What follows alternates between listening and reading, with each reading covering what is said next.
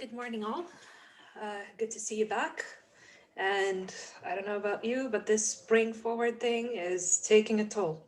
It's one day is not enough to adjust. Too early. It's 8:30 old time. Too early. And in addition, it's supposed to be spring break.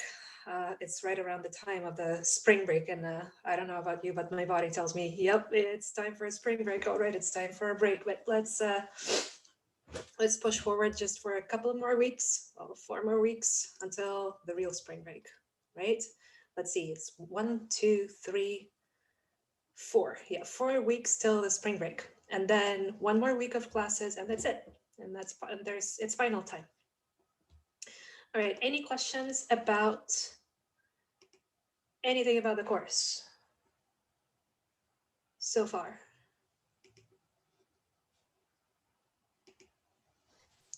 Are we going to have another exam before spring break?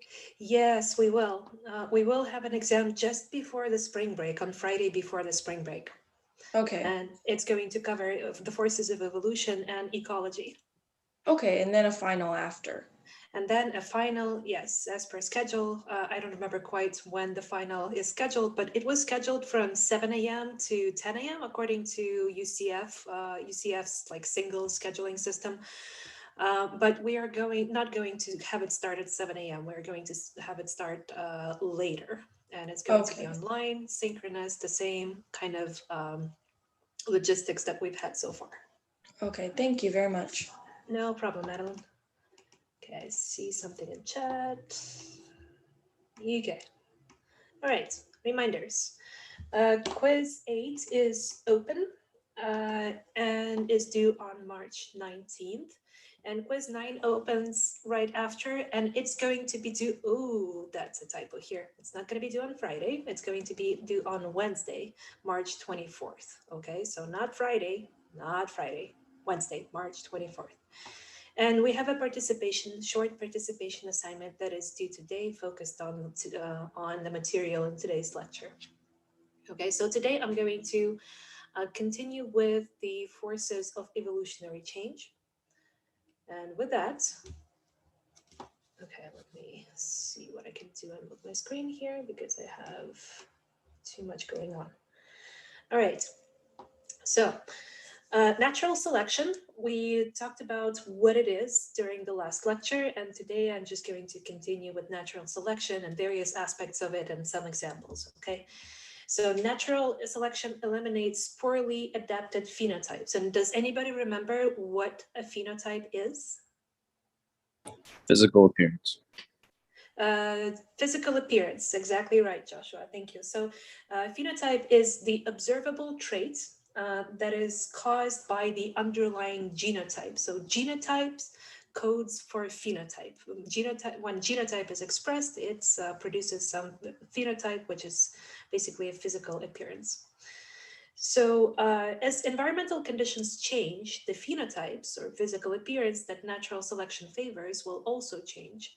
So, adaptations that seem perfect in one environment would be completely wrong in another. For instance, consider the sea turtle here.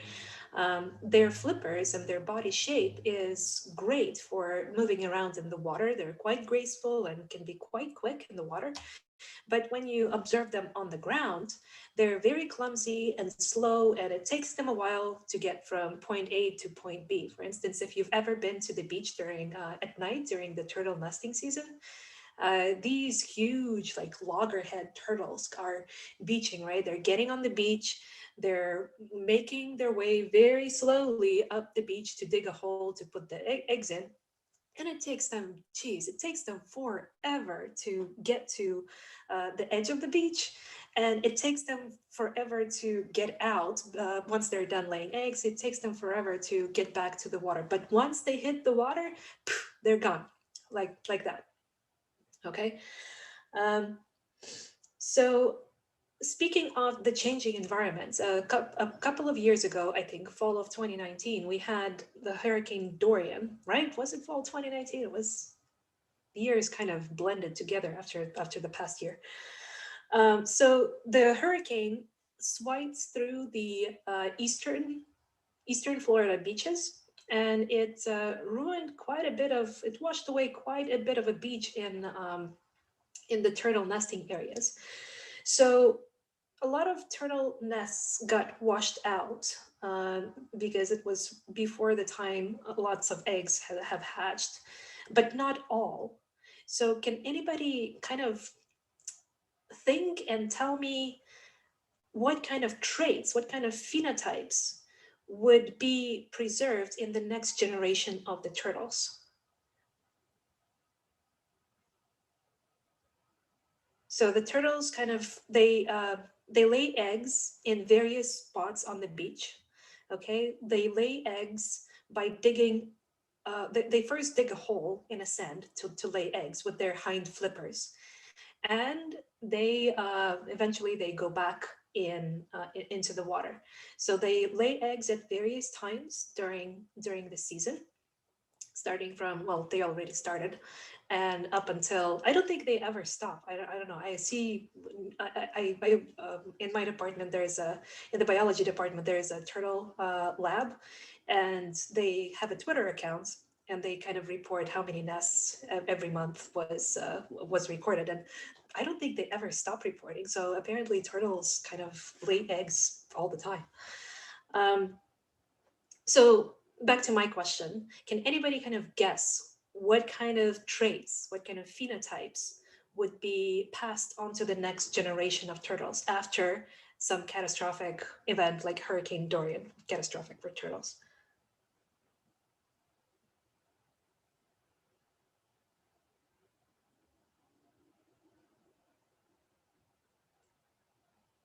This is just a guess, but maybe their size, because if a turtle is lighter, they're more likely to get swept away easily. So we're talking about nests, all right? Oh, So okay. I thought we were talking yeah, about the traits of the turtle. of the next generation of turtles, yeah. Oh, okay. I'm sorry. That's all right. So the Hurricane Dorian, the impact of that would be washing out the nests that have already been laid, okay? Washing out the eggs, and, well, killing the baby turtles. But not all. I mean, some nests would be washed out, but not all. And just kind of picture a beach, It could picture, be yeah, it go could ahead, Dylan. be the depth of the hole in which the eggs are laid. And Very then nice. also just one thing that came to mind was if the turtles somehow know when hurricane season are in a hypothetical, they plant and or not plant, but lay their eggs and they can hatch before, towards the end of summer when hurricane season gets really bad. If they Uh, can know that somehow. right. So they may not know. They may nest at random. Like they may nest like at one time or another time. Some turtles may have preference. Uh, but so let's go back to your first example, like deeper nests. Very good example. So deeper nests would be dug by turtles who have longer flippers, longer back flippers, maybe. So in the next generation, if the hurricanes keep coming at regular intervals, the turtles that lay the eggs deeper, the offspring of those turtles would survive. Okay, so the over generations, the environment would select for the turtles with longer hind flippers. Okay, and maybe there are going to be some behavioral preferences as well. So turtles who nest further up the beach, they would have a higher the offspring of those turtles would have higher probability of survival if the hurricanes come in regularly. Okay, so over time, those turtles that would nest higher and higher up the beach, they would, survive. They would be the ones that remain. What else? And like Dylan, also going back to another Dylan's example, um, the turtles that would nest in certain times of the year, that would like allow avoid the hatching during the hurricane season, would be more prevalent. Any questions about that? Does that make sense to everybody? Like how this natural selection works, the mechanisms for that. So the phenotypes are the changes in genotypes that produce various phenotypes are random. But the passing of the genotypes and phenotypes from generation to generation is not, because there's natural selection that selects for the beneficial phenotypes, for phenotypes that benefit survival and reproduction. We good? Silence.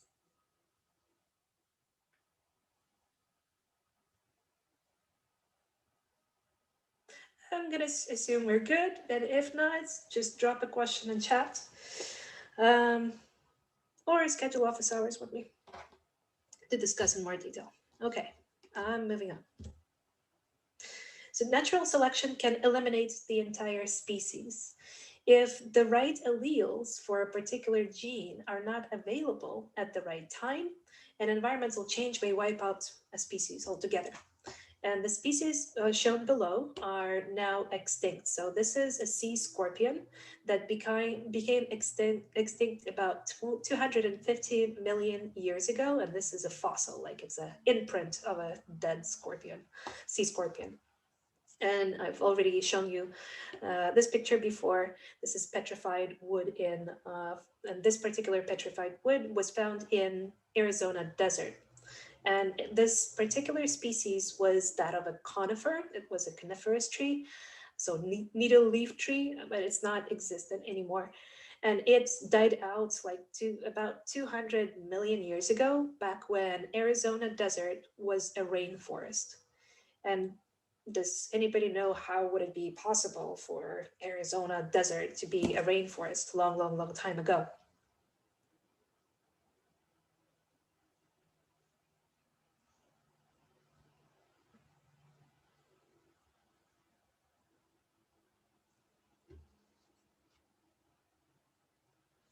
Christine says nope. Does anybody know or I have remember a from grade school?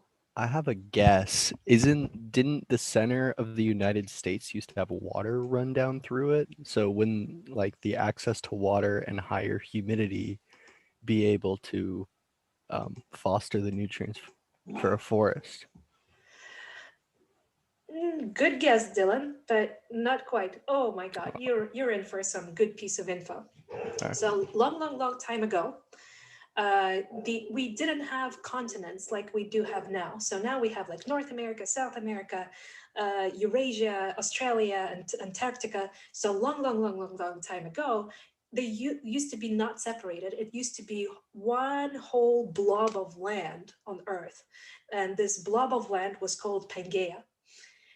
So over time, the seismic activities, like there's a there's a thing called continental drift that is taking place.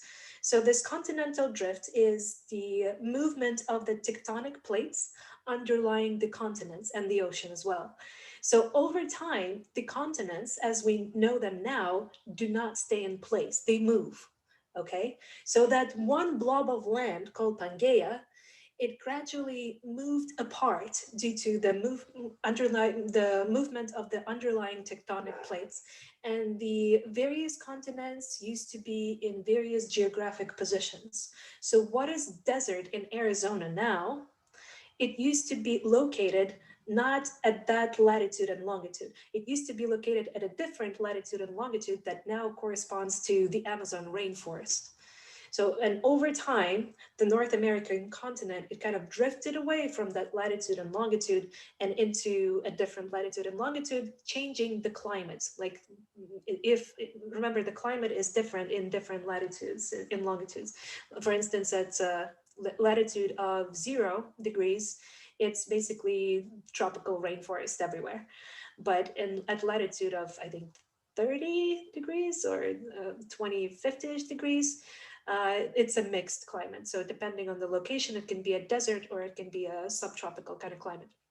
So Arizona used to be in the tropical latitudes, in the tropical rainforest latitudes. But over time, as the continental drift continued, the North American continent, and the particularly Arizona location there, right, it started to drift north and some other directions as well. But the climate changed as the continent drifted away from that tropical rainforest latitude and longitude, or latitude. Yeah, tropical forest is a latitude of 0. And as the climate changed, which resulted from the continental movements, the what used to be tropical forest became a desert, and tropical plants could not survive in the desert, and they died out, and some of them petrified, carrying this record of what used to be a tropical rainforest to today. Did that make sense? So did that entire portion of the United States used to be a tropical forest? What is now Arizona desert used to be tropical rainforest. Yeah. So just only Arizona, not like California, Texas, Utah, the Uh, other states around it? it could be. I mean, it depends on the continental drift. We rely on fossil record to kind of infer what kind of climate did a particular location have, or what kind of land type was a particular location was. Like central United States used to be covered underwater. That's why uh, there's oil in Texas and Oklahoma. Uh, but Arizona used to be a tropical rainforest because we have a fossil record of petrified tropical wood in the Arizona. Oh, okay. In All right. Arizona, sorry, Arizona is a name. So it depends on. I don't really know what kind of fossil record there is in California. I would guess it would have similar climate to Arizona because they're close apart. They're not like California and Arizona are not located on different tectonic plates. So whenever Arizona location moved, California location would move as well because they're on the same continent. Did that Okay, thank you make very sense, much. Benwood? Yeah, it did. Thank you. All right, any other questions about this? Lauren says makes sense. Awesome. All right, and does anybody remember how the fossil forms? Like, for instance, this petrified wood, how is it possible that it is petrified and not decomposed into nothing?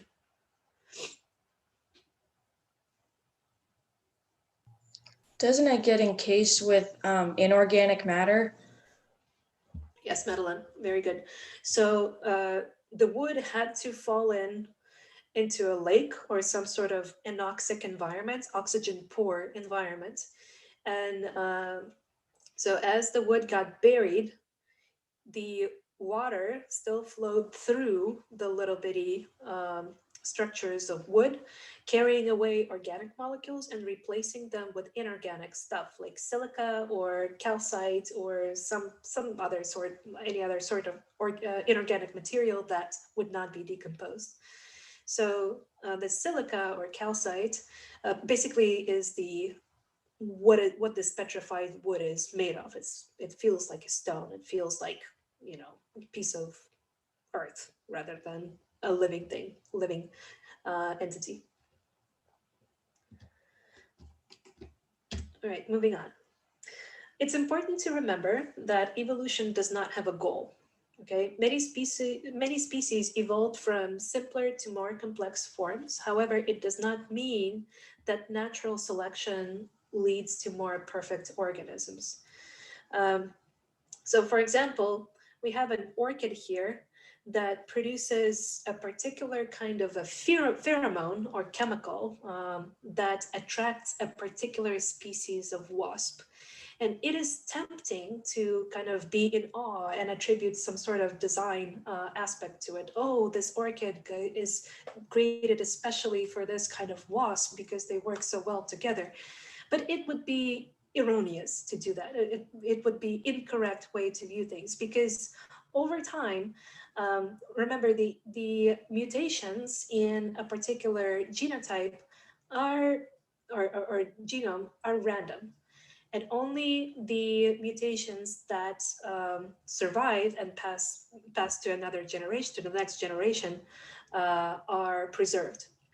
So over time, basically the pheromones, over time, all of the orchids did not produce the pheromones, and However, the individuals vary within a population. So some orchid within a population started producing pheromone. Like there was a mutation in its genome that was responsible for the production of this new pheromone that happened to attract some wasp, some particular species of wasp. And while all other orchids died out because their reproduction strategies were not as beneficial, the one that produced the particular pheromone survived because of this, by the relationship with a particular species of wasp that happened purely by chance. It's hard to kind of appreciate um, how basically rare it is, but also consider how many years the earth has been there, or how many years the life has existed on earth. By the way, does anybody know how many years the life has existed on the earth?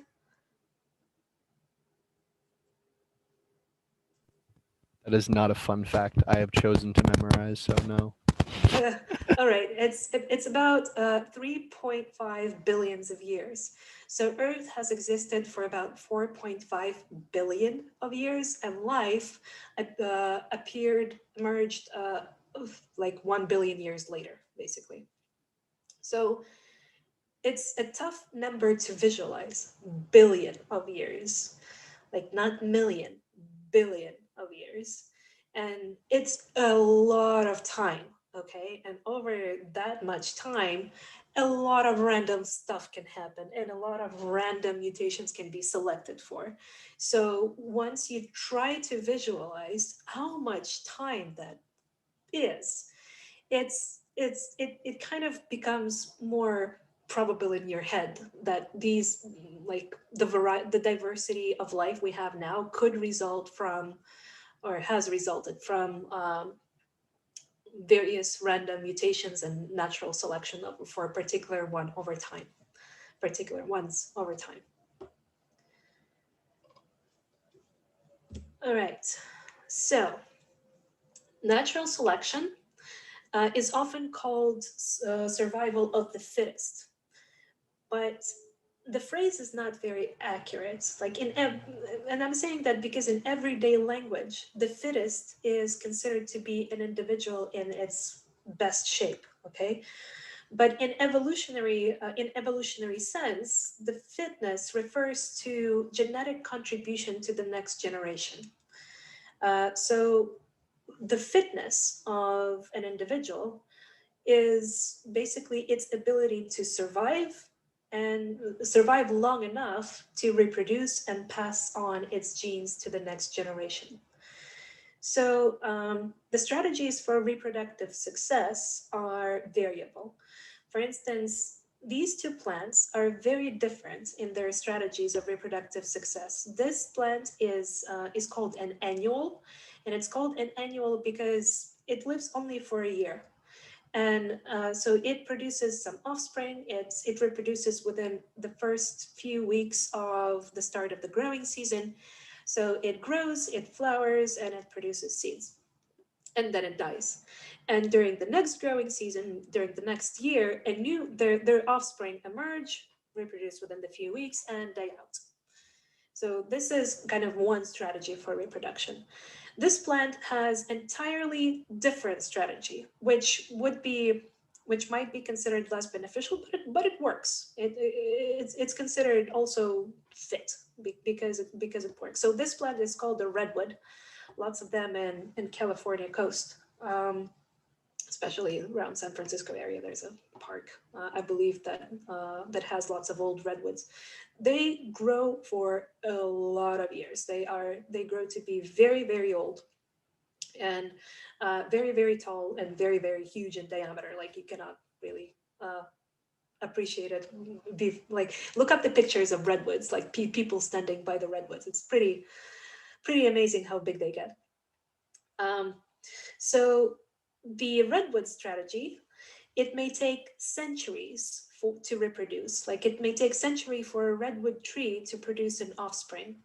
So it produces seeds every year, but these seeds may not sprout, like, or there may not be an offspring resulting from those seeds in centuries, because seed establishment, successful germination and establishment, depend on both fire and flood. Okay, and the fire and flood, the combination is kind of once in a century type of event, and that is why, there is not a there is lots of time. That's why I'm saying that this reproductive strategy may not be considered, fit if you think about the time frame. In your lifetime, you may not see one redwood reproduce successfully, but from the point of view of the redwood, it's fine, because redwoods live for centuries, and they can wait a century or two for, and by waiting, they're not literally waiting, but I'm just using personification here.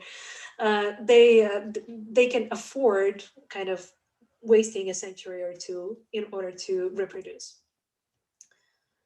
Um, so evolution is not only possible, but it is unavoidable. In real populations, allele frequencies, and allele again is a version of a gene, will inevitably change over time because they are affected by so many selective forces. And what kind of selective forces are there? There's climate. Climate is considered to be a selective force. The extreme events, such as hurricanes affect on turtles, okay, or fire effects on various species, fire effects on plants, fire effects on animals, and so on. What other selective forces are there? Predators. Whenever a new predator emerges, or a predator is eliminated, even, that may be a force of evolutionary change or selective force. Like pest outbreaks, like insect outbreaks in the forest, they're kind of a selective force. They act as a selective force on the species within a forest. Frost, and so on. Uh, a big selective force is choice of mates, if the reproduction is a sexual kind of reproduction. So we do not have, or rarely, a species have a random choice of mates. Generally, individuals choose mates with like, if we're talking about humans, we select mates with symmetrical features, or we're attracted to people with symmetrical features, and that's kind of an evolutionary thing, because symmetrical features are associated with better health. So over time, the alleles that carry symmetrical features and some other genes on the same chromosome, they are going to be more prevalent in the population, because the people with not so symmetrical features, they probably were not successful at finding mates. It's not a binary relationship, it's probabilities. Okay, so there's certain, it's not like a person with less symmetrical features will not find a mate. No, but there is less probability of that happening. All right, before I go into testing for evolution, there's a quantitative test for evolution, which I want to explain next. Are there any questions about the selective forces, about anything about fitness in reproductive, about what fitness is, and other stuff I've covered so far?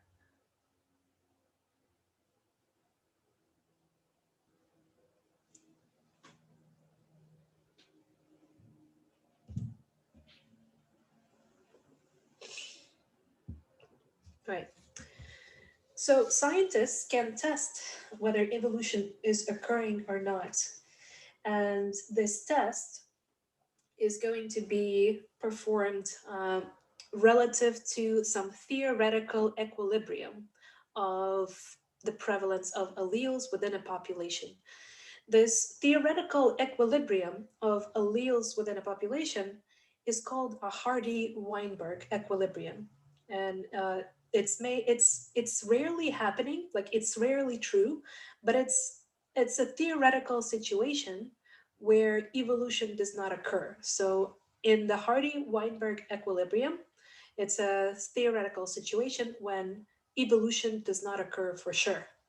And scientists kind of test the prevalence of alleles against the theoretical Hardy-Weinberg equilibrium, the prevalence of allele. So back to the slide though.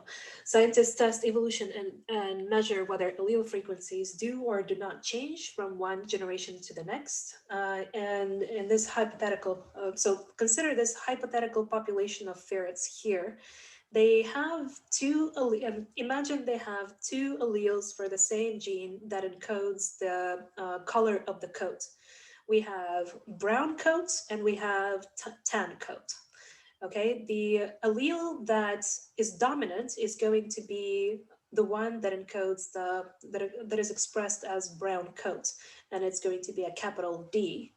And the allele that encodes for the tan coat is going to be recessive, and it's the ferrets that will have the tan coats will be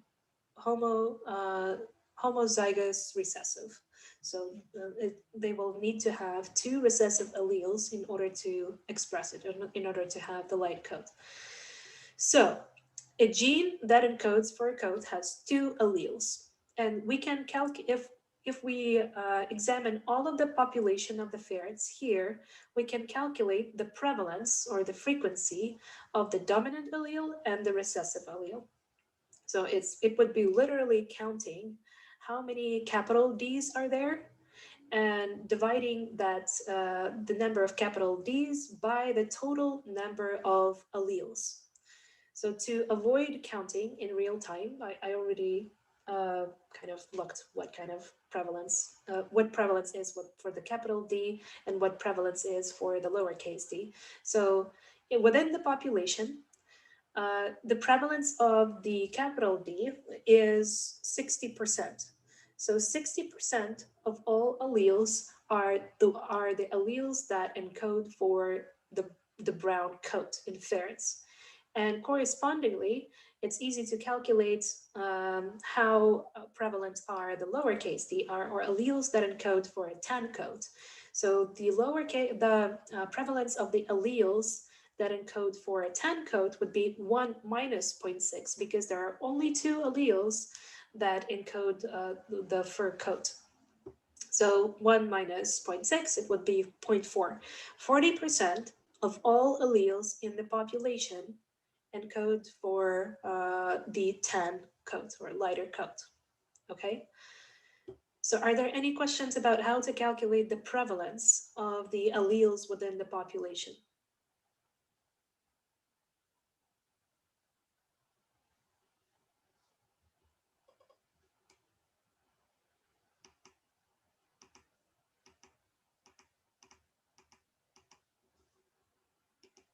You guys are awfully quiet. Oops. Let me ask you something. Consider a population of 3 ferrets, individual 1, individual 2, and individual 3. Like disregard all of the other ferrets. Like focus only on these 3 ferrets in the upper left corner of the image. Can you tell me what is the prevalence of the dominant allele here in just the hypothetical population of 3 ferrets?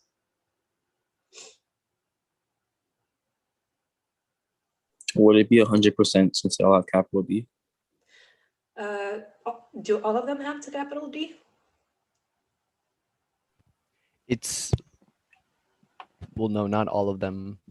There's still a possibility of like if capital D and lowercase d and upper and lower could produce a double recessive trait, so it could appear again out of But- that group of 3. Right.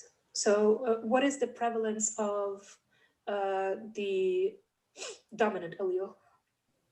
I'm talking about allele. It's allele. What's 4? Well, isn't it 66% already in chat? Yep. Nice job, Christine and Lily. That's exactly right. So how do we calculate it? consider a hypothetical population of 3 ferrets. Okay, 3 ferrets have 2 versions of the same gene, or two alleles per individual. So the total number of alleles is 1, 2, 3, 4, 5, 6. Now, the prevalence of the capital D, or dominant allele, the allele that encodes for a brown coat, would be 1, 2, 3, 4 over 6. 4 over 6, it's going to be 2 over 3, 66%. And I hope, Dylan, is that more clear now? What about others? Does anybody else have a question? Like if I asked you on the exam or a quiz, calculate the prevalence of blah allele in blah population, would you be able to do it? Is it going to be written as a fraction or a percentage? Either way will work. Oh, okay. So, yeah, for the kind of question like what is the prevalence of this allele, the fraction, either fraction or a percentage will work. Mm-hmm. Sure. In one situation, it will not work, but I will point out that situation. Like in one situation, you will need to calculate something, and using percentages is not gonna cut it. Like the fraction will need to be used, but I will point it out later on. So as I mentioned before, Hardy-Weinberg equilibrium is a theoretical state of things. It's the theoretical prevalence of the alleles within over many generations, and it's not most often it's not true. Okay, it's just some theoretical reference state to show that evolution has occurred in a population over many generations. So what do we have in the picture here? We have a ferret, and let's say we are looking at a gene within a ferret that has 1, 2, 3, 4, 5, 6 alleles. So so we record the prevalence or frequency that these alleles occur within a population at one point in time. And then we let the ferrets multiply, die off, reproduce again, and so on over many generations. And we measure, then we sample the individuals, the individuals within a population again, at some later time, and we calculate the frequencies of the alleles again.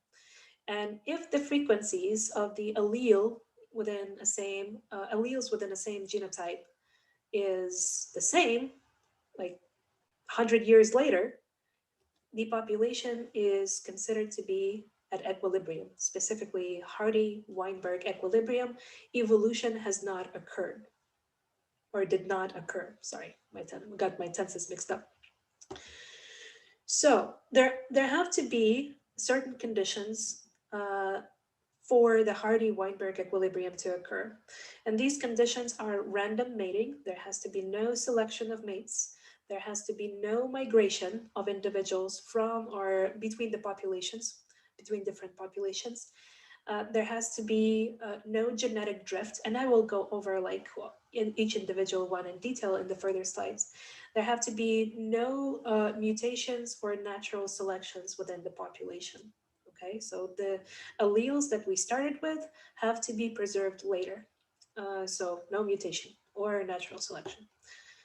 Now, factors that alter allele frequencies can be basically all of them kind of funnel into natural selection. So individuals have low reproductive success due to environmental change. That's the hypothetical situation. It can lead to gradual elimination of certain alleles and selection for others that benefits the survival to the reproductive age and reproducing, passing on your genes onto the next generation. So as I mentioned right now, I'm just going to reiterate that because it's important to understand and remember, is that Hardy-Weinberg equilibrium is a hypothetical state and it relies on assumptions about the population. And these assumptions are random mating, so there is no choice of mate going on. Ferrets are randomly mating with each other. There is no migration among the population, so no lateral gene transfer is going on. Like no new genes are no new alleles are introduced, and no alleles are eliminated by individuals within a population emigrating from a particular location. There's no genetic drift, and I'm going to explain what is genetic drift a little bit later. There's no mutations going on, or there's no natural selection going on. Like there's no change in the environment that selects for particular alleles. There's no extreme conditions that select for certain alleles and so on over time. Any questions about Hardy-Weinberg equilibrium so far? So is its purpose is almost just to have a comparison point? Is that what it is? It's like we want to look at the species going forward, so let's take a screenshot now of what it is and how it works and wait whatever 5-6 years and make another comparison and get its okay. That's exactly right. Yep, it's a reference. Like think of it as a control. It's like that's literally I was gonna say is your control. Yep, you got it. Any other questions? Okay, I see Lauren asked the question, if that's dominant, can we do oh, Lauren, sorry, I didn't see it in time. Let me go back and do a recessive as well. So hypothetical population of 3 ferrets, okay? Now I'm going to calculate the prevalence of the recessive allele. Now, because there are 2 ways to calculate it. First way is like since we already calculated the prevalence of the dominant allele, we can, which is 66%, we can calculate the prevalence of the recessive allele. Because there's only 2 alleles, we can calculate the prevalence of the recessive alleles as 100% minus 66, so it's going to be 33%. Or we can actually count all of the alleles and then divide the occurrence of the recessive alleles by the total alleles. So counting all of the alleles, 1, 2, 3, 4, 5, 6. Now counting the recessive alleles, 1, 2. 2 over 6 is 1 over 3, approximately 33%. Lauren, is that good? Great. Great. Back to Hardy-Weinberg equilibrium. Okay. Now in this situation, here's the situation when expressing the prevalences of the alleles is going to be important to express them between 0 and 1, not as percentages, but as fractions. Okay, having said that, let me go and dive into here. Okay, need some mental preparation. So I've already shown you how we can calculate allele and genotype frequencies, or I showed you how we can calculate allele frequencies. Now, genotype frequencies is going to be a bit different. So does anybody remember how what is the difference between allele and genotype?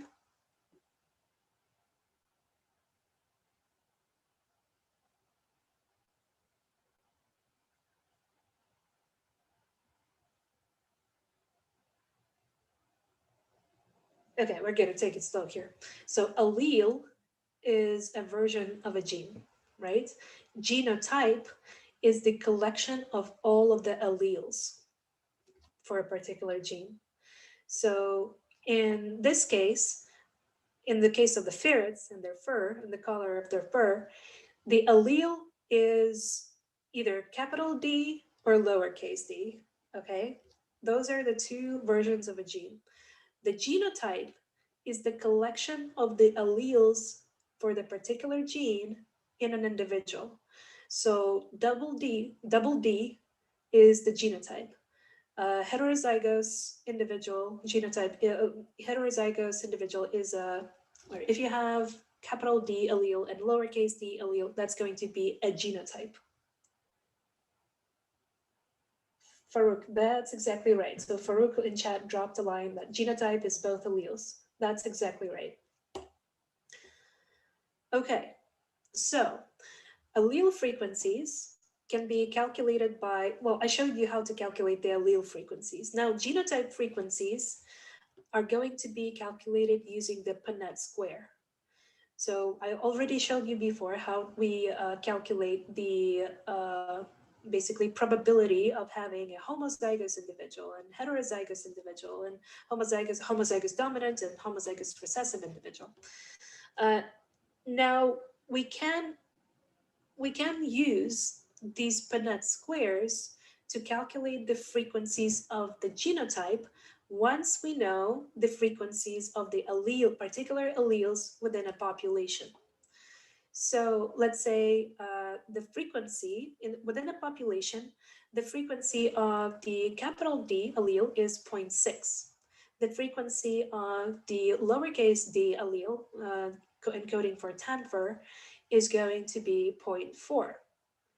Now, using Punnett square, we write out all of the possible genotypes that can be produced by the heterozygous dominant individuals. Heterozygous individuals. So, the probability, or the prevalence of the offspring of two heterozygous individuals of having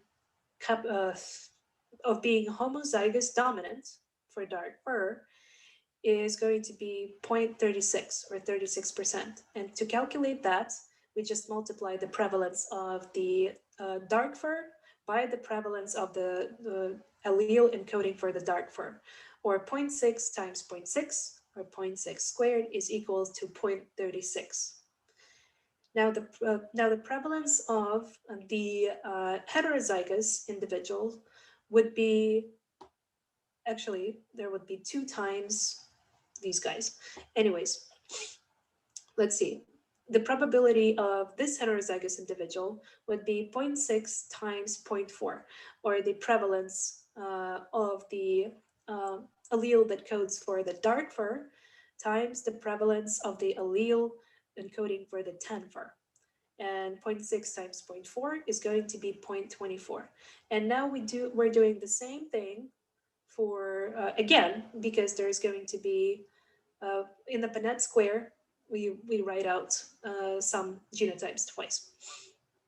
So it's going to be 0.24 again.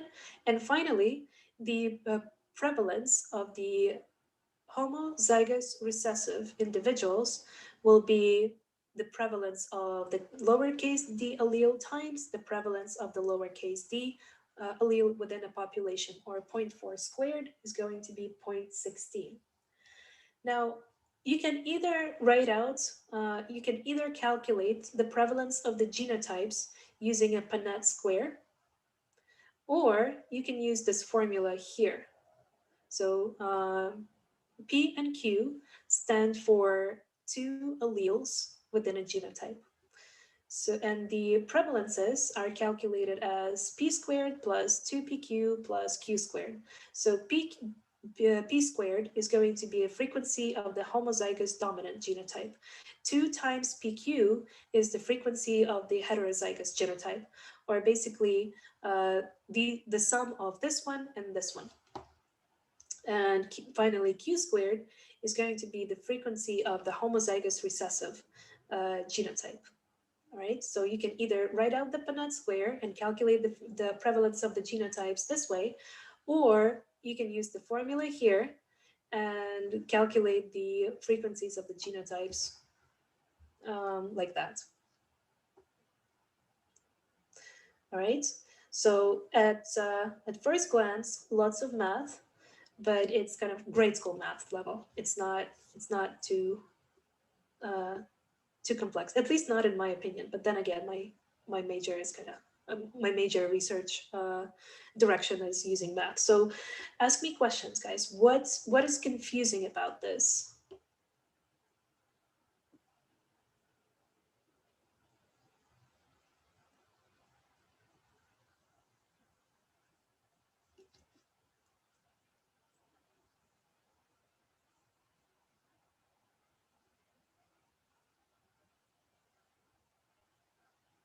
Anyone?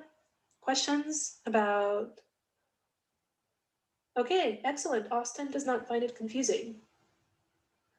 Lauren asks, are the number changing each time, right, dependent on the species?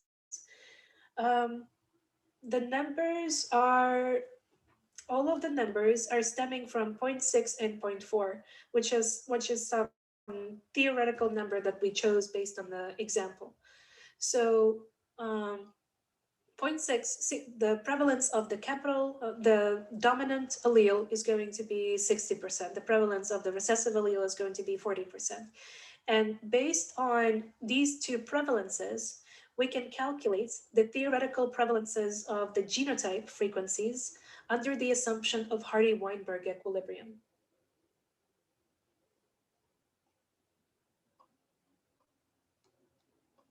Okay, so the prevalences of the genotypes are calculated from the prevalences of the particular alleles under the assumption of this hypothetical Hardy-Weinberg equilibrium. Okay, Christine asks, in order to find out the genotype frequency, you have to do the allele frequency first. That's exactly right, Christine. So you either have to know the allele frequencies or calculate them from the conditions of a problem that I will give you. Okay? All right, it's 10:21. I went a little bit over. Does anybody have any last minute questions?